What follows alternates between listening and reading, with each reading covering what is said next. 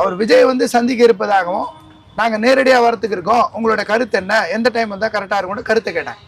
நாங்கள் அந்த நேரத்தில் இங்கே வர வேண்டாம், ஏன்னா இப்போ நார்மலாக எல்லா அரசியல் கட்சி தலைவர்களோட வர கூட்டத்தை விட அவர் வந்தா இங்கே ரோடு டிராஃபிக் ஜாம் ஆகிறது உட்பட, ரோட்டில் போகிறவங்களாம் வண்டி நிறுத்தி பார்க்கறது உட்பட, ஃபோட்டோ எடுக்கிறது உட்பட.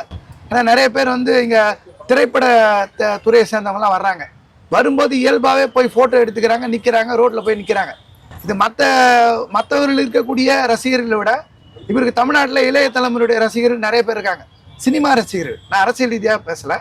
அப்போ அவர்கள் எல்லாரும் இந்த இடத்த நிற்பாங்கன்னோ, அவர் வந்தால் உடனே போக மாட்டார், ஒரு அரை மணி நேரம் இருப்பார்னா ஒட்டுமொத்த கூட்டம் பக்கத்தில் இருக்கிறவங்க எல்லாருமே மொத்தமாக சேர்ந்து இங்கே தான் இருப்பாங்க. நாங்கள் வந்து போராட்டம் நல்லபடியாக கொண்டு போகணும்னு சொல்லி பல தடைகளை தாண்டி, பல அழுத்தங்களை தாண்டி ரொம்ப கஷ்டப்பட்டு இந்த போராட்டத்தை நடத்திட்டு இருக்கோம். ஒன்றும் எங்களுக்கு வந்து பொதுமக்களுடைய பெருமளவுக்கு ஆதரவு இருக்குது, ஊடக ஆதரவு இருக்குது, கட்சிகள் ஆதரவு இருக்குது.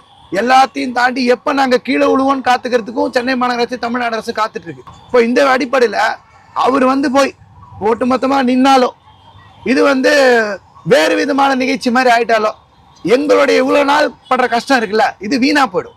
அப்போ எங்களுக்குள்ள உள் நெருக்கடி, நாங்கள் தொடர்ந்து போராட்டம் நிறுத்துவ நெருக்கடியை ஏற்கனவே இப்போ சென்னை மாநகராட்சி தரப்புல, கவர்மெண்ட் தரப்புல இவங்க ஆள் செட் பண்ணி ஒரு வழக்கு போட்டிருக்காங்க.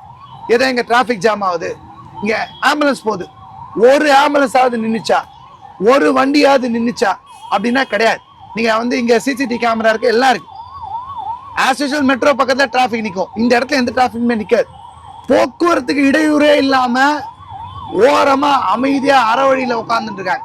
இதனால தான், இந்த காரணம் தெரிஞ்சதுனால தான் எங்களோட அவங்க சொல்ற 12 கட்ட பேச்சுவார்த்தை, நாங்கள் சொல்ற 7 கட்ட பேச்சுவார்த்தை நடந்திருக்கு. நாங்கள் சட்டவிரோதமாக இருந்தால் எப்படி எங்களை கூப்பிட்டு பேசியிருப்பாங்க?